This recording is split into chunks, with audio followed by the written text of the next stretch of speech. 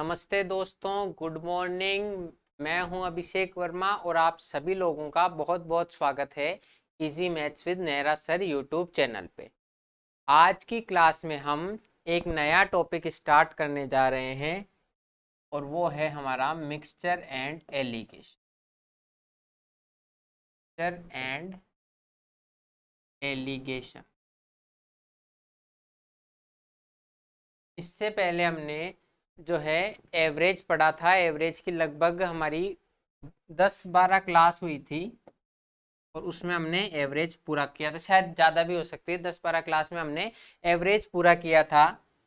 लेकिन इस एवरेज में जो हमने कंसेप्ट पढ़े हैं, जो तरीके पढ़े हैं, ये मुझे पता है कि इनसे बाहर आपके कोई नहीं आएगा। आप चाहे कोई सा भी एग्जाम दो, एसएससी दो, बैंकिंग दो या रेलवेज दो, इन तरीकों से आपके सारे क्वेश्चन बन जाएंगे। हमने हर के बेसिक तरीका भी देखा था, उसके बाद में थोड़ा बेटर जिसमें कैलकुलेशन कम होती है वो देखा था, फिर एडवांस भी देखा था। तो ये एक बार आपका पढ़ा हुआ average first time and last time होगा। फर्स्ट एंड लास्ट टाइम होगा।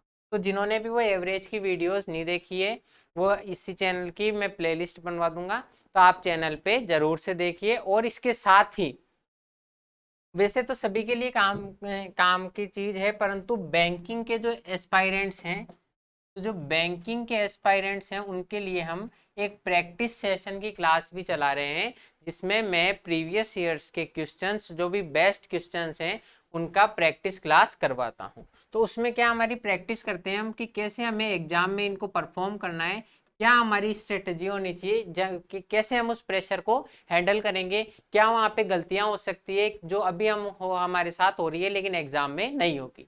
तो ये सब चीजें हम करेंगे इन क्लासेस में। तो आप अगर ये क्लास, इसमें भी लगभग मैं 10-12 क्लास 15 क्लास बल्कि ज्यादा ही ले चुका हूँ, लगभग 15 से 20 क्लास हो चुकी होगी। तो आप दोनों वीडियोस को डेली टाइम से देखिए और इनके अच्छे से नोट्स बनाइए, प्रैक्टिस कीजिए। और ये जो मैं टॉपिक बैंकिंग में करवा रहा हूँ, ये आपके एसएससी में भी इक्वली इंपॉर्टेंट है। जैसे कि इसमें आता है आपका simplification, quadratic equation, DI, wrong number series और मिसिंग नंबर सीरीज। ये सारे जो हैं आपके एसएससी में भी पूछे जाते हैं, रेलवेज में भी पूछे जाते हैं। और इन टॉपिक्स के साथ क्या है, आपको एक चीज और ध्यान में रखनी है कि अब जो भी एग्जाम्स हो रहे हैं वो सीईटी से कंडक्ट होंगे, जिसमें एसएससी, बैंकिंग, रेलवे सारे एग्जाम साथ में कंडक्ट होंगे। तो आपको तैयारी इस हिसाब से करनी है कि आप जैसे चाहिए एसएससी का टॉपिक पूछा जाए, बैंकिंग का टॉपिक पूछा जाए, दोनों चीजें आपको साथ में लेके चलनी है। और ये आपके जो भी क्लासेज हैं, ये बिल्कुल यूट्यूब पे फ्री हैं। इसके लिए आपको कोई पैसा नहीं देना, सिर्फ इनको अच्छे से मेहनत करनी है, इनके नोट्स बनाने हैं और आगे से आगे इनकी पढ़ाई करनी है। तो आप इन क्लासेस का जरूर फायदा उठाइए। आज का हमारा टॉपिक है मिक्सचर एंड एलिगेशन, और इस सीरीज का मिक्सचर एंड एलिगेशन टॉपिक का पहला सवाल आपकी कंप्यूटर स्क्रीन पे ये रहा। कंसेप्ट क्या है एलिगेशन का? एलिगेशन अपने आप में एक चैप्टर है, परंतु ये आपसे दूसरे चैप्टर्स में काम आने वाला एक कंसेप्ट है एलिगेशन। तो वो कंसेप्ट कैसे काम करता है, आप कैसे लगाते हैं, वो देखो। जैसे मान लो आपको कोई दो संख्याएं दी है, दो कुछ भी मान दिए हुए हैं, ए और बी। ए और बी दो आपके मान लो, कोई भी यूं मान लो दो राशियां हैं, दो संख्याएं हैं, इनको आप अनुपात में मिलाते हैं, मान लो किसी भी एक्स रेशो वाई में, एक्स रेशो वाई में मिलाते हैं। तो इन ए और बी को एक्स रेशो वाई में मिलाने से आपके सामने कोई प्रोडक्ट सी बनता है। तो ऐसे जो क्वेश्चंस आते हैं उनमें एलिगेशंस लगता है कैसे, ये ए और बी को हमने मिलाया तो बना सी, किस अनुपात में, एक्स अनुपात वाई।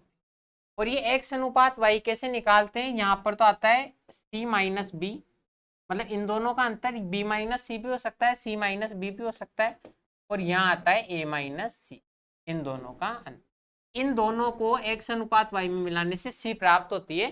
तो यहाँ पर ये इस तरह से होता है। ये हम जैसे जैसे क्वेश्चन करेंगे आपको समझ में आ जाएगा। जैसे पहला क्वेश्चन है,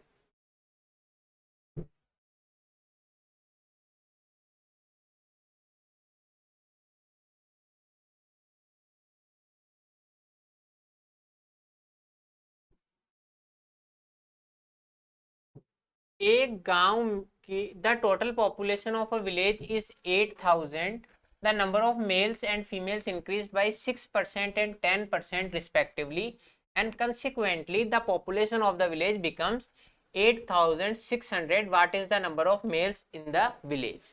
क्या कह रहा है हिंदी में देखो, एक गांव की जनसंख्या 8000 है, पुरुषों की संख्या में 6% और महिलाओं की संख्या में 10% की वृद्धि होने पर जनसंख्या 8600 हो गई, तो गांव में महिलाओं की जनसंख्या ज्ञात कीजिए। अब इस सवाल को करने के कई सारे तरीके हो सकते हैं। जैसे सबसे पहले अगर हम बेसिक मेथड से करें तो क्या होगा कि मान लो गांव की जनसंख्या 8000 है, तो गांव की जनसंख्या पुरुष और महिलाओं दोनों से मिलकर ही बनी है। तो गांव की जनसंख्या 8000 है, 8000 है, पुरुषों की संख्या में 6%, महिलाओं की संख्या में 10% की वृद्धि होने पर जनसंख्या 8600 हो गई।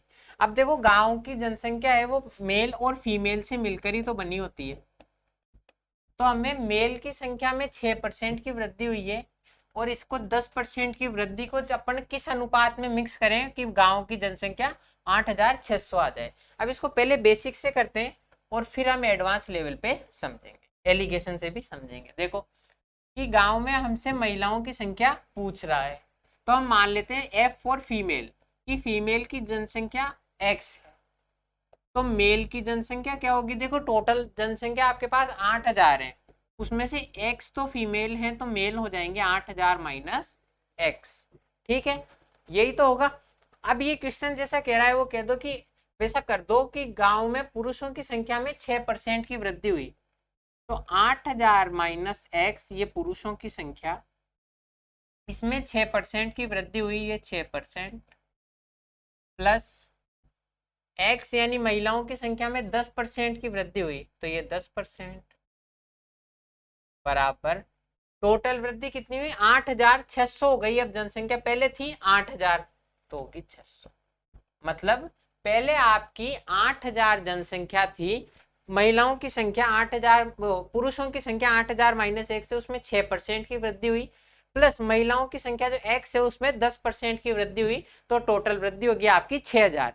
जे ऐसा आपका क्वेश्चन कह रहा है। अब इसको सॉल्व कर देंगे कि 8000 का 6% हो गया आपके सामने 480, कैसे? डबल जीरो से डबल जीरो कट जाएगा, 80 इंटू 6 480, माइनस एक्स का देखो 6% है ये, प्लस ये एक्स का 10%।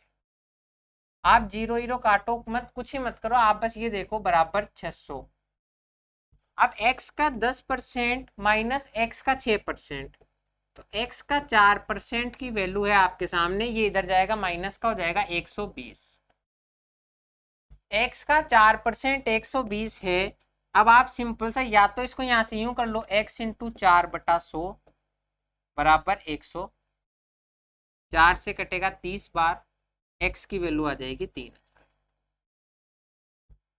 x की वैल्यू आ जाएगी 3000, तो महिलाओं की जनसंख्या है 3000। या आप ऐसे भी समझ सकते थे कि 4% की वैल्यू 120 है,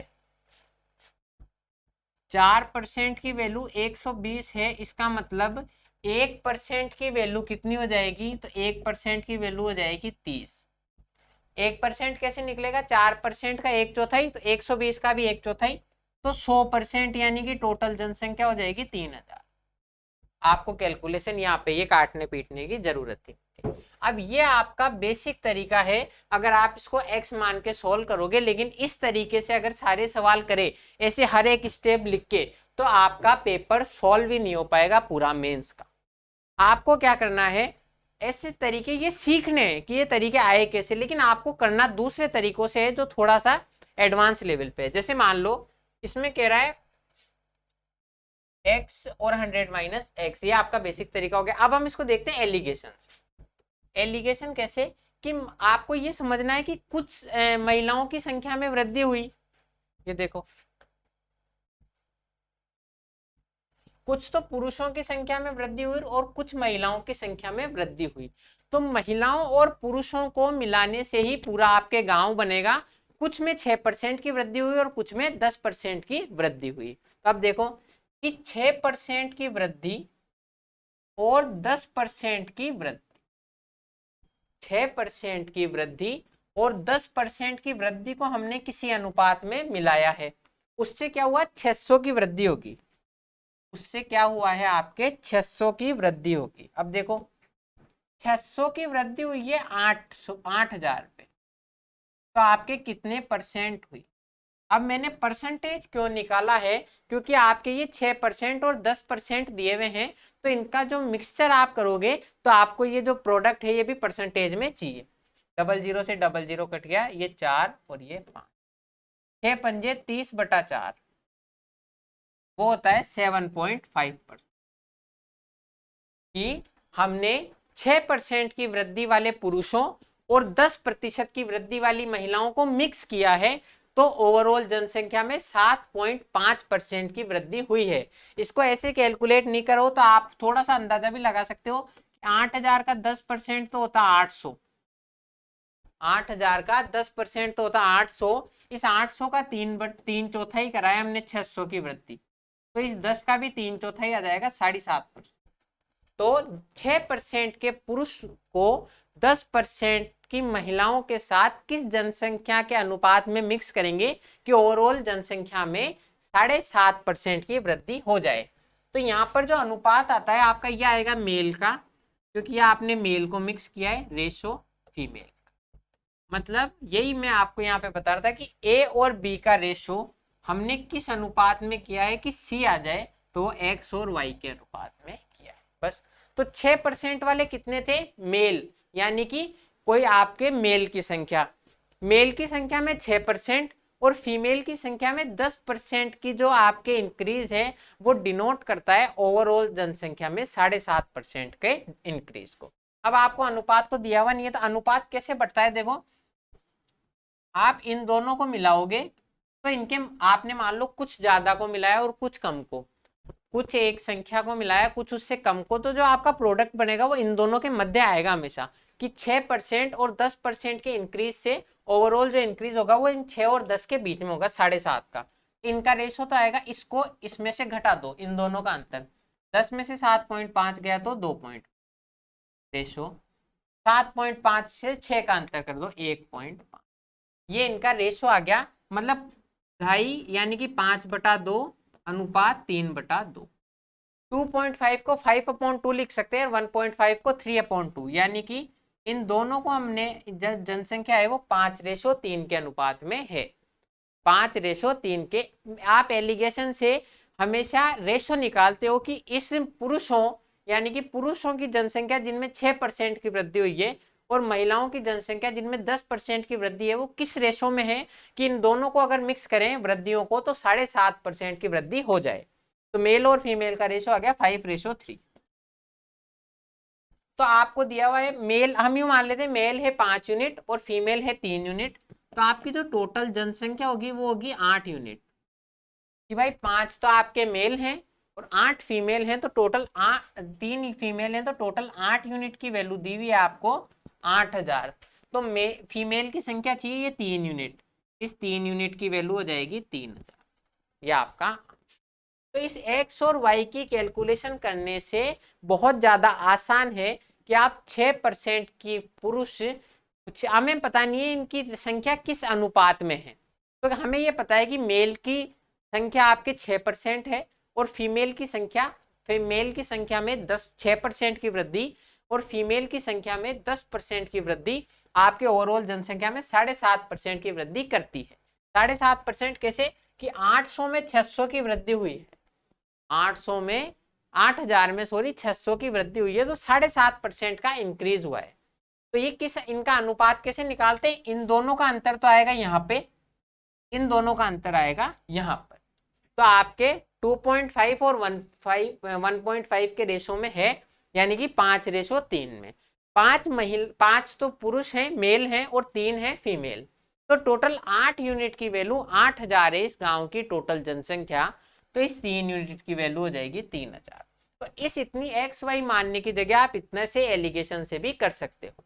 तो ये जो संख्याएं होती है यहाँ, ये देखो इस अनुपात में बढ़ती है कि इन दोनों का जो अंतर है 4%, इन दोनों का जो अंतर होता है वही यहाँ पर अनुपात में बढ़ता है। ये भी आगे काम में आएगा कि 6 और 10 का अंतर है 4%, वही दोनों में बटा है कि 2.5 तो इसने ले लिया, 2.5 और 1.5 इसने ले लिया, तो 2.5 और 1.5 टोटल आपके 4 जो है इन अंतर में बढ़ता है। तो ये भी हम आगे सीखेंगे। अभी के लिए आपको क्या समझना है कि 6% की वृद्धि वाली कितने पुरुष थे और 10% की वृद्धि वाली कितनी महिलाएं थी, कि ओवरऑल आपके 7.5% की वृद्धि हो गई। इन दोनों का अंतर आ जाएगा इधर, इन दोनों का अंतर आ जाएगा इधर। 2.5 और 1.5 के रेशो में थे मेल और फीमेल, यानी कि 5:3। तो 5 मेल थे और 3 फीमेल थी, तो टोटल आपके थी जनसंख्या 8 यूनिट। 8 यूनिट की वैल्यू 8000 है, तो 3 यूनिट की वैल्यू सीधी सी 3000। समझ में आया? अब आगे देखो नेक्स्ट क्वेश्चन। आप जैसे जैसे इसमें जुड़े रहोगे तो आपको ज्यादा अच्छे से समझ में आएगा और हमें धीरे धीरे कैलकुलेशन वो करनी ही नहीं पड़ेगी। The total students of Mother's Education Hub in June 2019 is 9600। अब जो टोटल स्टूडेंट होंगे वो बॉयज और गर्ल्स को मिला के ही होंगे।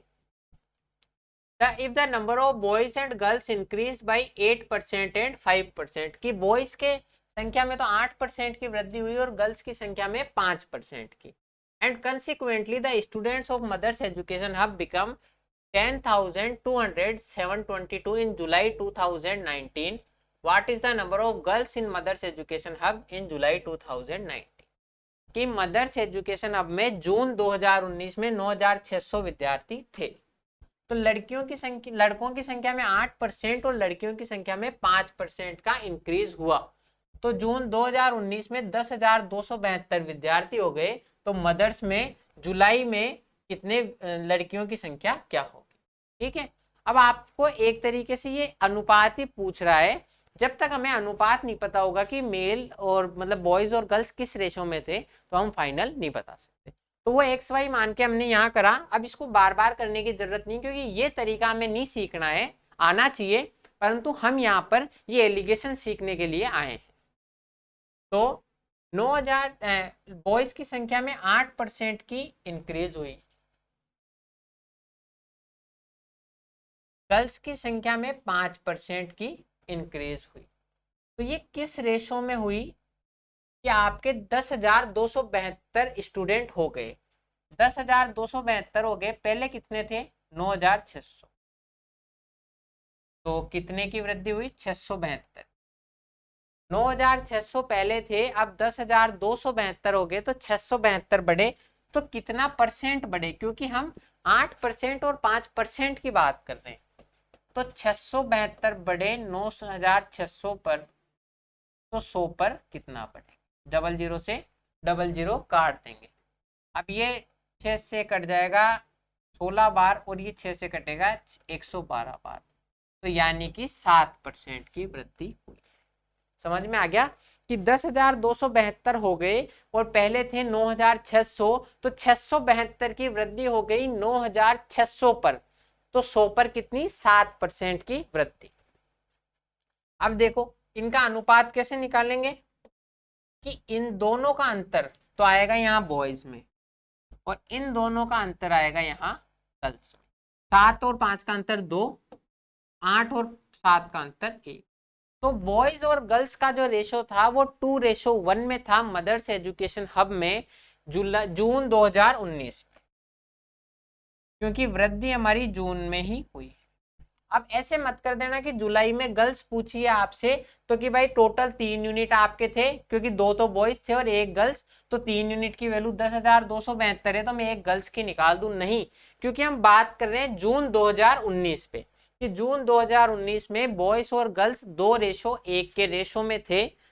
तब बॉयज की संख्या में 8% के इंक्रीज और गर्ल्स की संख्या में 5% के इंक्रीज से ओवरऑल मदर्स के जो स्टूडेंट थे उनमें इंक्रीज हुआ 7% का। तो बॉयज और गर्ल्स जो थे आपके वो 2:1 के रेशो में थे। तो 2 बॉयज थे और 1 गर्ल्स थी, तो टोटल आपकी संख्या कितनी हो गई? टोटल संख्या होगी आपकी 3। इस 3 यूनिट की वैल्यू जून 2019 में कितने थे? 9,600। तो जो गर्ल्स की संख्या है 1 यूनिट वो होगी 3200। अब 3200 गर्ल्स थी आपके सामने जून में मदर्स एजुकेशन हब में, और उनकी संख्या में 5% की वृद्धि हो गई। तो जुलाई में कितनी हो जाएगी गर्ल्स? जुलाई में कि 3200 थी और अब 5% की वृद्धि होगी। 5% का मतलब 1/20। 5% का मतलब होता है 1/20। तो 20 में 1 की वृद्धि हो गई और अब हो गई 21। समझ में आया कि 5% का इंक्रीज हो गया, मतलब 1/20 का इंक्रीज। 20 पहले थी तो अब 1 बढ़कर हो गई 21। अब बस इसको सॉल्व कर देंगे। 0 से 0, 2 से कटेगा 160। ये 0, 21 छिकी 126, 21 से कम 21, 3260। ऑप्शन में है क्या? बिल्कुल है 3260। तो ये आपका आ जाएगा आंसर।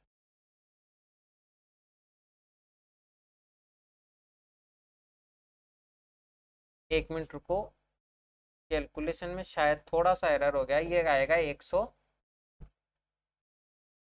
ये इससे कटेगा 320, 2 से 160 बार। एक बार चेक कर लो। 0, 21 से कम 21, 12 हासिल, 21 और 12 33। 3360 की वृद्धि हुई है टोटल। मतलब आपको इसमें क्या करना है, या आप ऐसे निकाल लो। 3200 थे, है ना? अगर यहाँ पे जैसे मान लो आपको डाउट लग रहा है ना, 3200 थे और उनमें हर 20 में या 5% की वृद्धि होगी। 10% की वृद्धि होती तो 320 की वृद्धि होती, यही होता ना। तो 5% इसका आधा हो जाएगा, 160 की वृद्धि होगी। तो 3200 तो पहले थी और अब 160 बढ़कर होगी 3360। मैंने इसी से एक बार क्रॉस चेक किया था, तब मुझे पता पड़ गया कि कैलकुलेशन में कोई एरर था। तो आपको भी ये तरीके आने चाहिए ताकि कैलकुलेशन में कुछ एरर भी हो तो वो आपको दिख जाए। कैसे? कि बॉयज की संख्या में 8% की वृद्धि और गर्ल्स की संख्या में 5% की वृद्धि हुई। उससे आपके ओवरऑल जो संख्या थी उसमें 672 की वृद्धि हुई 9600 में, मतलब 7% की इंक्रीज हुई। तो टोटल आपके किस रेशो में थे? 7 और 5 का अंतर 2 तो बॉयज थे, और 8 और 7 का अंतर 1 थी आपकी गर्ल्स। ठीक है। टोटल 3 यूनिट की वैल्यू 9600 थी। तो गर्ल्स जो थी ये है जून में। जून में गर्ल्स थी आपके 3200। अब क्योंकि जून की ही क्यों आई है, क्योंकि हमने एलिगेशन लगाया है जून के महीने का, तो अनुपात भी आएगा जून के महीने का। जून में 3200 थी। अब इसमें जुलाई में क्या होगा आपके सामने? 5% की वृद्धि होगी। इसमें 10% की वृद्धि होती तो 320 की वृद्धि होती। आधा कितना हो जाएगा? 160। तो 3360 आपके जुलाई में हो गई। इस तरीके से आप इन क्वेश्चंस को करेंगे। ठीक है, ये एलिगेशन ऐसे काम में आता है। तो आप धीरे धीरे रुकिए, क्लासेस को समझिए और फिर आपको एलिगेशन बिल्कुल आसान हो जाएगा। और मैं यहीं पर आपको एक एलिगेशन के साथ भी मेथड बताऊंगा, क्योंकि हम कभी भी किसी भी लेवल पे सिर्फ एक उसमें तरीके में नहीं अटकेंगे। हमें हर चीज के बहुत से तरीके आने चाहिए ताकि हम इजी वे में क्वेश्चंस को कर पाए। देखो, एक निश्चित तारीख पर दो देशों के बीच खेले गए एक दिवसीय मैचों में पाकिस्तान की भारत के मुकाबले सफलता दर 60% थी। एक तारीख तक पाकिस्तान और भारत में जो वनडे इंटरनेशनल्स खेले गए उसमें भारत की पाकिस्तान जो था उसकी सफलता रेट, जो सक्सेस रेट थी वो 60% थी। मतलब 100 में से 60 मैच वो जीतता ही था। वो भारत से अगले 30 एक दिवसीय मैच हार गया और सफलता की रेट 30% ही रह गई। वो 30 पर अगले 30 मैच बिल्कुल हार गया सारे के सारे, तो उसकी सफलता की जो रेट है वो 30% ही रह गई। तो दोनों देशों के बीच खेले गए एक दिवसीय मैचों की कुल संख्या बताएं। अभी तक उसने कितने मैच खेले वो हमें ज्ञात करना है उन दोनों ने। तो वही एलिगेशन लगा देंगे कि पहले थी 60%, फिर पहले पाकिस्तान जीत रहा था 60%, और अब 30 दिवसीय मैचों में सारे के सारे हार गया, तो जीतने की रेट कितनी रहेगी? 0%। कि पहले 60% मैच जीत रहा था, अब सारे ही हार गया तो जीतने की रेट रहेगी 0%। इन दोनों को मिला दो तो आपकी रेट आ गई 30। यही कह रहा है सवाल कि 60% और 0% रेट को हमने मिलाया तो 30% रेट रह गई। तो इनको किस रेशो में मिलाया है? यहाँ तो आ जाएगा अंतर 30, इन दोनों का अंतर। ये तो थे आपके बिफोर मैच, ये आगे बिफोर मैच थे कि पहले तो खेले इन्होंने 30, फिर आ जाएंगे 60 में से 30। उस 1 तारीख से पहले थे 30 मैच और अब आ जाएंगे 30। तो इस 30 यूनिट की सवाल वाकई, इस 30 यूनिट की वैल्यू सवाल में वाकई 30 ही है कि अगले 30 एक दिवसीय मैच हार गया। तो ये आफ्टर के मैच 30 हो गए, 30 की वैल्यू 30 ही है। तो पहले के मैच भी 30 हो गए, तो टोटल आपके मैच कितने हो गए? 30 मैच पहले खेले, 30 मैच उस तारीख के बाद खेले, तो टोटल आपने खेले 60 मैच। ये आपका 60। समझ में आ गया कि पहले हम जीत रहे थे, सॉरी पहले पाकिस्तान जीत रहा था 60% से, फिर अगले मैचों में वो हारता ही गया 30 मैचों तक, तो 0% उसकी सक्सेस रेट होगी। तो इन दोनों से आपकी सक्सेस रेट ओवरऑल 30% रह गई। तो किस अनुपात में? बिफोर और आफ्टर के मैच हैं। ये है बिफोर के मैच और ये है आफ्टर के मैच। तो बिफोर आपके इन दोनों का अंतर आ जाएगा 30 और बाद में आ जाएगा 30, यानी कि 1:1 में पहले जितने मैच हारे पहले खेले थे अभी भी उतने ही खेल लिए। तो अभी कितने खेले आपने? 30 की वैल्यू 30 ही है, तो पहले भी इसका मतलब आपने 30 मैच ही खेले होंगे। अभी 30 मैच खेले, इसकी वैल्यू 30 ही है, या इस अनुपात को आप 1:1 भी लिख सकते हैं। 30:30 करो या 1:1 करो, तो इस 1 की वैल्यू सवाल में 30 है, तो 1 तो पहले खेले और 1 अब टोटल 2 मैच खेले, तो उसकी वैल्यू 60 आ जाएगी। ऐसे करो या डायरेक्ट करो, बात वही आएगी। हमने अनुपात में काट दिया फिर गुणा कर दिया, कोई फर्क नहीं पड़ेगा। तो पहले खेले थे 30 मैच और अब फिर से 30 मैच खेल रहे हैं, तो टोटल हमारे मैच आ गए 60।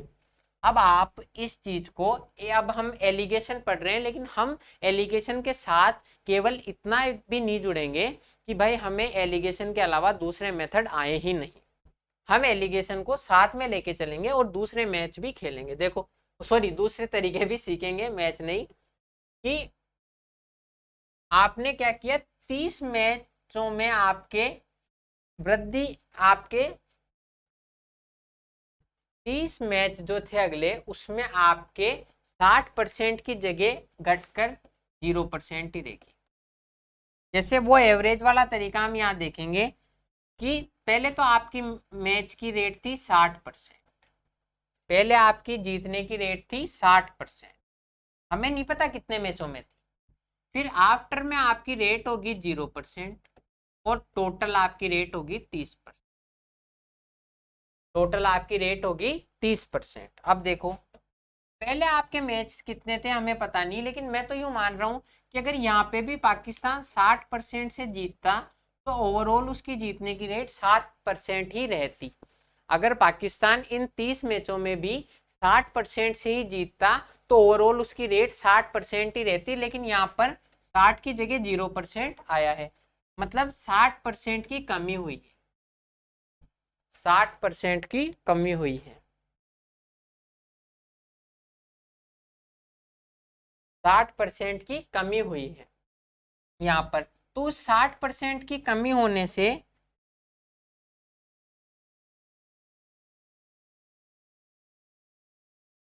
60% की कमी होने से यहाँ पर इसमें टोटल में कितनी कमी होगी? 30% की कमी होगी। कि अगर इन मैचों में 60% से जीतता तो टोटल ओवरऑल उसकी रेट जो है 60% ही रहती, लेकिन यहाँ 60 की कमी होने से यहाँ 30 की कमी हुई है।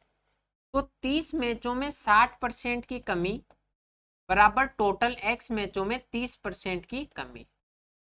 तो इस x की वैल्यू कितनी आ जाएगी? 30 से 30 काट दो, x की वैल्यू आ गई 60। कि 30 में 60 मैचों में कि 30% की कमी होगी। कैसे? अगर वो 30 में 60% की कमी करता है तो x की वैल्यू आ गई 60। तरीका वही है दोनों में, आपको इतनी कैलकुलेशन करने की जरूरत ही नहीं है। वहां आपको ये समझना है यार 30 मैचों में मेरी 60% की जगह 0% रह गई, इतनी सी कैलकुलेशन होगी। तो ओवरऑल कितने मैच थे कि मेरी 60 से घटकर 30 ही रह गई, कि 30 मैचों में मेरे 60% की कमी हुई। उससे ओवरऑल 30% की कमी होगी, मतलब मेरे ओवरऑल मैच 60 थे। बस इतना सा करना है। तो आप दोनों तरीके साइमल्टेनियसली हम सीखेंगे कि भाई हमें कोई भी तरीका ऐसा नहीं रहे। तो देखो ये हमारा हमने एलिगेशन सीखा था कि 60% पहले रेट थी, फिर 0%, दोनों को मिलाया तो रेट आपकी 30% रह गई। तो रेशो था आपका 30:30। अभी खेले हैं 30, तो पहले भी 30 खेले थे, टोटल आपने 60 मैच खेले। अब ये मान रहे हैं हम, ये सिर्फ तरीका, आपको लिखना कुछ भी नहीं होता, इस तरीके में सिर्फ समझ का खेल है कि अगर आपके आगे के भी सारे मैच 60% से जीतता तो ओवरऑल उसकी 60% ही रहती, ओवरऑल उसकी 60% ही रहती। लेकिन 30 मैचों में 60% से उसकी रेट गिर गई, क्योंकि 60% होती तो 60% रहती, लेकिन 60 की जगह 0 रह गई, तो 60% की कमी होगी। तो 30 में 60% की कमी टोटल में 30% की कमी के बराबर है। तो टोटल कितने हो गए? 60 मैच। बस इतना सा भी कर सकते हो। अगर आपको समझ में आ गया कि यार 30 मैचों में मेरी 30 मैचों में 60% की कमी होने से मेरे टोटल में 30% की कमी हो गई, तो ये 30 से 30 कट जाएगा और टोटल मैच मेरे आ जाएंगे 60। बस इस तरीके से कर सकते। तो हमने देखो पहले तरीका देखा, एक बेसिक तरीका जो आपको सीखना जरूरी है, फिर हम एलिगेशन पे आए, और फिर एलिगेशन के बाद में हम एक तरीका और देख रहे हैं, ये डेविएशन का, जो हमने एवरेज में सीखा था। इसमें सिर्फ एक चीज माननी है कि भाई अगर ये बचे हुए मैचों में भी 60% से जीतता तो आपकी ओवरऑल रेट 60% ही रहती, लेकिन ये रेट 30% होगी। तो 30 की कमी हुई है आपके ओवरऑल मैचों में, जबकि 30 में 60 की कमी हुई है। तो 30 में 60% की कमी बराबर है टोटल मैचों में 30% की कमी के। तो टी की वैल्यू, टोटल की वैल्यू 60 हो जाएगी। तो भाई इसके आगे हम कल से कंटिन्यू करेंगे। आज की क्लास में इतना ही था। तो मैं उम्मीद करता हूँ आपको ये क्लास समझ में आई होगी, और अगर समझ में आ रहे हैं कंसेप्ट और धीरे धीरे आप रेगुलर रहो तो आपको और अच्छे से समझ में आएंगे। और समझ में आ रहे हैं तो वीडियो को लाइक कर दीजिए और चैनल को सब्सक्राइब कर दीजिए। अब मैं मिलूंगा आपसे अगली वीडियो में, तब तक के लिए थैंक यू, जय हिंद, बाय बाय।